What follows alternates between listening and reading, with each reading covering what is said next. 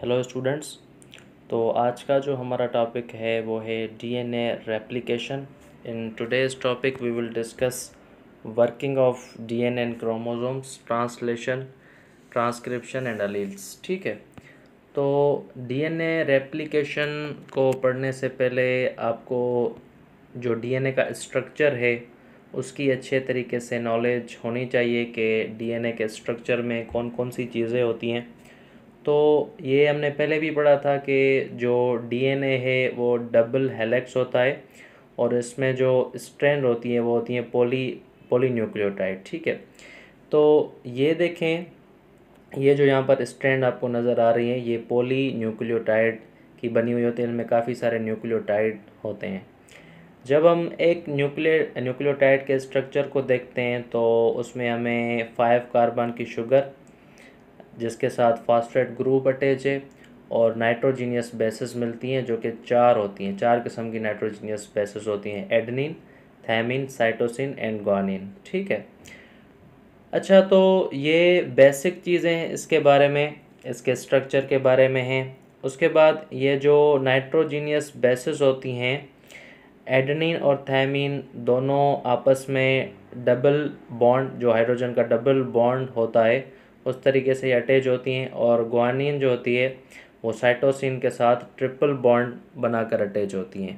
ठीक है। तो आपको नज़र आ रहा होगा कि एडेनिन और थायमिन का डबल बॉन्ड नज़र आ रहा है और साइटोसिन और ग्वानिन का ट्रिपल बॉन्ड नज़र आ रहा है यहाँ पर। ठीक है।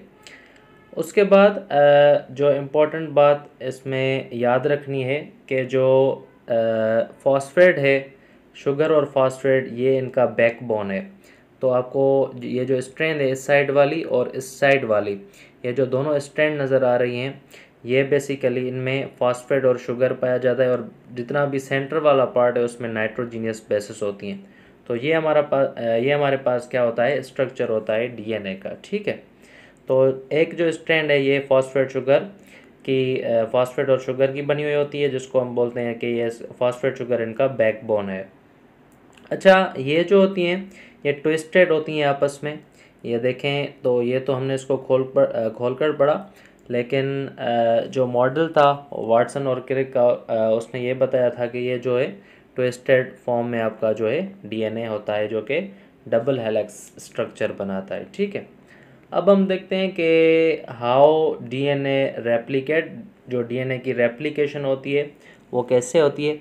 अब देखें, जब भी सेल डिवाइड होता है तो ये हमने 9th का जो सेल साइकिल वाला चैप्टर था उसमें भी पढ़ा था कि डीएनए क्या करता है, खुद को डिवाइड करता है। ठीक है।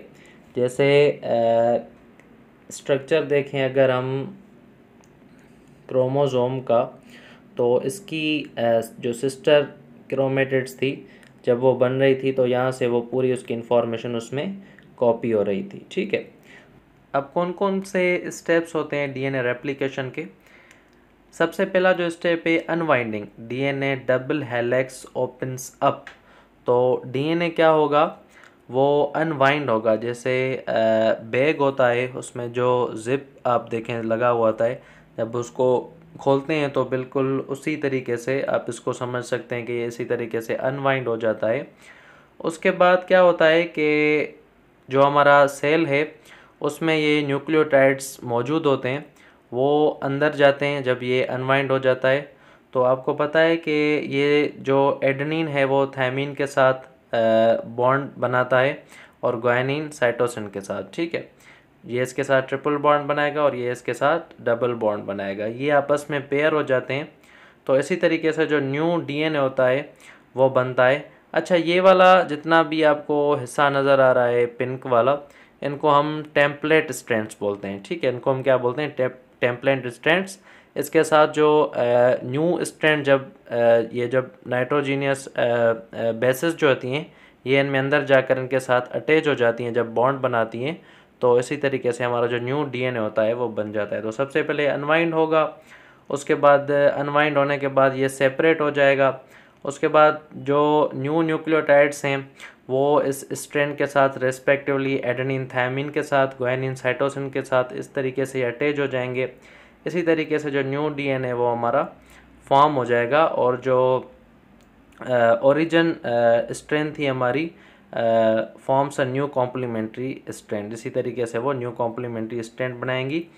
तो रिजल्ट में क्या होगा कि 2 identical DNA molecules each with 1 old and 1 with new strands. इसी तरीके से जो रिजल्ट में हमारे पास ये आप देखें कि 2 हमारे पास ये डीएनएज आ गए, ठीक है। अच्छा, ये जो प्रोसेस है पूरा, इसको सेमी कंजर्वेटिव रेप्लिकेशन भी बोला जाता है। ये बात याद रखने वाली है कि this process is called semi conservative replication, ठीक है। अच्छा, यहाँ पर जो नाइट्रोजीनियस बेसिस के जो बॉन्ड बनते हैं वो कैसे बनते हैं?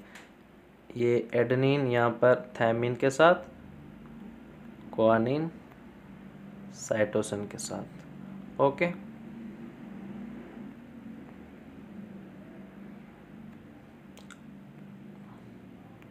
Okay, now what is the function of DNA in chromosomes? As we know, DNA is the genetic material that carries instructions for all cell functions. तो सेल्स के जितने भी फंक्शंस होते हैं तो वो कौन उसकी जितनी भी इंस्ट्रक्शंस है वो कौन कैरी करता है? वो हमारा जेनेटिक मटेरियल जो डीएनए वो कैरी करता है। और डीएनए का भी एक बेसिक यूनिट आप कह लें जो जीन है, उसमें हमारी सारी इंफॉर्मेशन मौजूद होती हैं, ठीक है। It gives instruction for the synthesis of specific protein, खास किस्म की जो प्रोटीन बनती है तो उसको भी जो इंस्ट्रक्ट करता है वो हमारा डीएनए होता है, जेनेटिक मटेरियल। अच्छा, प्रोटीन्स के 2 रोल्स मेन हम देख लें तो होते हैं, एक तो स्ट्रक्चरल रोल देखते हैं, दूसरा फंक्शनल। तो स्ट्रक्चरल अगर रोल देखें तो हमारी जो स्किन है, हमारे जो नेल्स हैं, मसल्स हैं, हेयर्स हैं, वो पूरे प्रोटीन्स के बने होते हैं, ठीक है। उसके बाद अगर फंक्शनल रोल्स देखें प्रोटीन के तो कौन कौन से होते हैं? जैसे रोल ऑफ एंजाइम्स। हमें पता है कि एंजाइम्स जो हैं वो कंट्रोल करते हैं सेल के मेटाबॉलिज्म को, और जितने भी बायोकेमिकल रिएक्शंस होते हैं तो वो भी हमारी जो प्रोटीन्स होती हैं वो उनमें पाई जाती हैं, ठीक है। तो ये फंक्शनल रोल होता है प्रोटीन का। So this is very important. अच्छा, whatever a cell does is control by DNA. मैंने आपको ऑलरेडी बताया कि सेल जो भी करता है उसको इंस्ट्रक्ट कौन करता है? डीएनए करता है, ठीक है। वो उसकी सारी इंफॉर्मेशन कैरी करता है। डीएनए डिटरमाइंस द कैरेक्टरिस्टिक्स, हमने डिस्कस की थी कि ट्रेट्स, इनहेरिटेंस जब हम पढ़ रहे थे पहले लेक्चर में तो हमने पढ़ा था कि inheritance transmission of characteristics, and वो जो कैरेक्टरिस्टिक्स होती हैं उनको हम ट्रेट्स बोलते हैं ऑफ एवरी सेल और ऑर्गेनिज्म, ठीक है। तो ये फंक्शन होता है डीएनए का क्रोमोसोम्स के अंदर।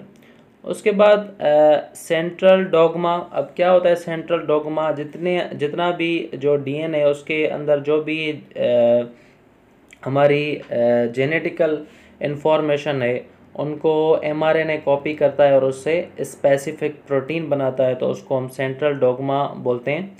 ये 2 स्टेप्स में होता है, ट्रांसक्रिप्शन एंड ट्रांसलेशन। तो इनको हम देखते हैं कि ट्रांसलेशन और ट्रांसक्रिप्शन में क्या फ़र्क है।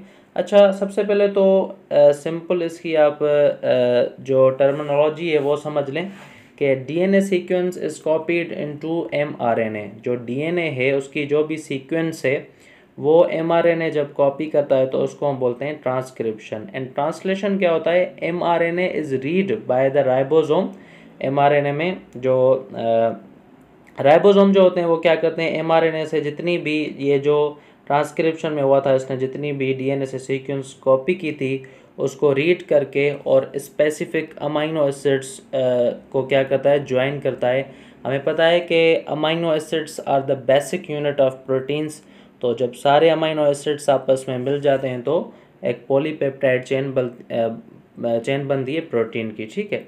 The protein produce decide the trait of function of the cell. वो डिसाइड करता है कैरेक्टरिस्टिक्स या कैरेक्टर किसी भी सेल के फंक्शन का, ठीक है। अच्छा, सबसे पहले हम देख लेते हैं कि what is transcription. What is transcription? Transcription कॉपिंग DNA information into mRNA. तो डीएनए की जो भी इंफॉर्मेशन है वो क्या करता है? आरएनए कॉपी करता है, ठीक है। अच्छा, ये आरएनए इसको जब कॉपी करता है तो आप देखें कि यहाँ पर डीएनए की जो भी सीक्वेंस है वो एग्जैक्टली क्या करेगा? कॉपी करेगा, और ये जो है ये सिंगल स्ट्रैंड में, ये जो यहाँ पर mRNA होगा ये सिंगल स्ट्रैंड में होगा, जो DNA होता है वो हमारा डबल स्ट्रैंड होता है, ठीक है। तो ये इसको कॉपी करेगा, इसकी सारी इंफॉर्मेशन। अब क्या करेगा, mRNA carries this code to ribosomes. अब ये mRNA मैसेंजर RNA क्या करेगा, जितनी भी इसने इंफॉर्मेशन कॉपी की थी उसको राइबोसोम्स तक पहुंचाएगा, वेयर प्रोटीन्स आर मेड, जहाँ तक प्रोटीन बनेगी। तो ट्रांसक्रिप्शन में ये होता है कि जितनी भी DNA की इंफॉर्मेशन है वो कॉपी होती है mRNA में, फिर वो mRNA क्या करता है, वो जितनी भी कोडेड फॉर्म में इंफॉर्मेशन है वो राइबोसोम तक पहुंचाता है, ठीक है। फॉर एग्जांपल देखें, a section of DNA called a gene contain the code for one protein. अब कोई ख़ास किस्म की प्रोटीन बनानी, हमें पता है कि DNA के जितनी भी इंफॉर्मेशन है वो जीन में मौजूद होती है। तो एक ख़ास किस्म की अगर तो कोई ख़ास एक सेक्शन है तो ये कॉपी करके राइबोसोम तक पहुंचाता है। तो ये हमारी ट्रांसक्रिप्शन होती है। नेक्स्ट है translation. What is translation? Converting mRNA information into a protein. अब जो भी वो इंफॉर्मेशन mRNA ले आया था, अब उसे जो प्रोटीन बनेगी उसको हम बोलते हैं ट्रांसलेशन। अब ये बनती कैसे है, जो भी राइबोसोम है वो क्या करेगा, वो रीड करेगा उस mRNA को, जो कि ट्रांसक्रिप्शन में प्रोसेस हुआ था उसको रीड करेगा, रीड करके अमाइनो एसिड्स को ज्वाइन करेगा इन द करेक्ट ऑर्डर। तो ये जो अब सीक्वेंस है अमाइनो एसिड की, वो डिटरमाइन करेगी कि कौन सी प्रोटीन जो है हमें वो फॉर्म करनी है। These proteins then decide the trait of organism. इसी तरीके से जो ऑर्गेनिज्म है उसमें जो ट्रेट्स हैं, कैरेक्टरिस्टिक्स हैं, वो इसी तरीके से पास होती हैं। अब सपोज़ ये देखें, ये DNA है, ठीक है, ये mRNA है। अब इसने क्या किया था, इसने जो ट्रांसक्रिप्शन वाला प्रोसेस था उसमें जितनी भी इंफॉर्मेशन थी वो DNA से कॉपी की थी, कॉपी कर कर इसने दी थी राइबोसोम को। अब राइबोसोम क्या करेगा, राइबोसोम इसको रीड करेगा, रीड करके ये क्या करेगा, रीड करके यहाँ पर जो भी है अमाइनो एसिड चेन वो बनती जाएगी। अब ये जो अमाइनो एसिड चेन है जब ये पूरी बन जाएगी तो उससे बनेगी एक ख़ास किस्म की प्रोटीन, ठीक है।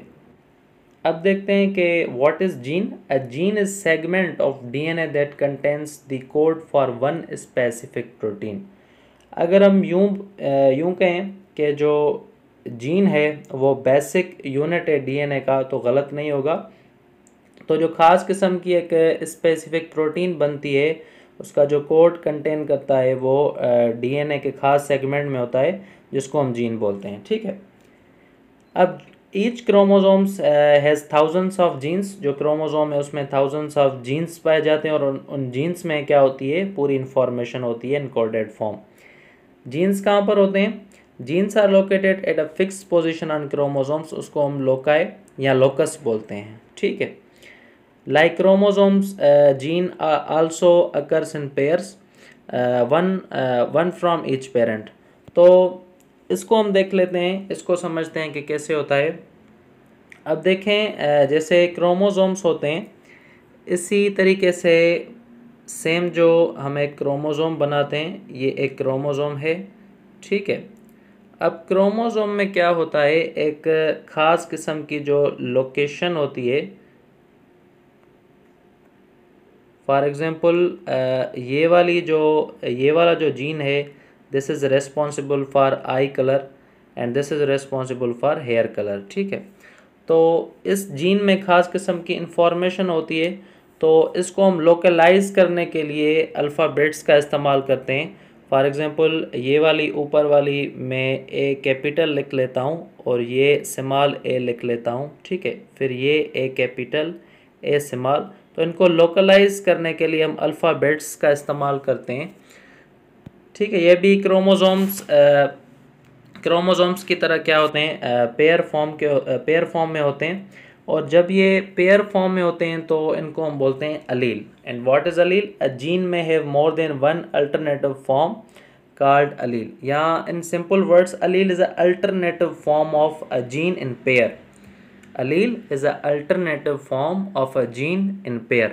तो अलील क्या है, अल्टरनेटिव फॉर्म है जीन की, जो कि पेयर में होते हैं, पेयर की फॉर्म में होते हैं, तो उनको हम अलील बोलते हैं। ठीक है, अब देखें कि अलील की रिप्रेजेंटेशन हम कैसे करते हैं, हम कैसे लोकलाइज करते हैं किसी खास किस्म के जीन को। मैंने आपको बताया कि हम यूज़ करते हैं अल्फ़ाबेट्स का। अब देखें कि बोथ जो अलील्स हैं, if both alleles are same, अगर तो दोनों अलील्स सेम है तो उसको हम बोलते हैं होमोजाइगस। ठीक है, अब देखें यहाँ पर है कैपिटल बी और यहाँ पर भी कैपिटल बी, तो यहाँ पर क्या आ रहा है, दोनों कैपिटल बी आ रहे हैं, स्मॉल बी, तो यहाँ पर भी दोनों स्मॉल बी हैं। तो इस तरीके की जो होती हैं इनको हम बोलते हैं होमोजाइगस। और हेट्रोजाइगस क्या होती हैं, जिनमें आप देखें कि यहाँ पर आपको एक बी कैपिटल नज़र आ रहा है और एक स्मॉल नज़र आ रहा है, तो इनको हम बोलते हैं हेट्रोजाइगस। ठीक है, अगर तो अलील्स डिफरेंट होगी तो उनको हम बोलेंगे हेट्रोजाइगस अलील्स, सेम होगी तो हम उसको क्या बोलेंगे, होमोजाइगस। और ये कहाँ से आती हैं, one from mother and one from father. कब आती हैं, during meiosis allele separate and pass into gametes. ठीक है, अलील्स भी सेपरेट होती हैं एज जैसे क्रोमोसोम्स में जो सेल साइकिल हमने पढ़ा था, सेम उसी तरीके का प्रोसेस होता है और ये गैमेट सेल में पास हो जाती हैं। ठीक है,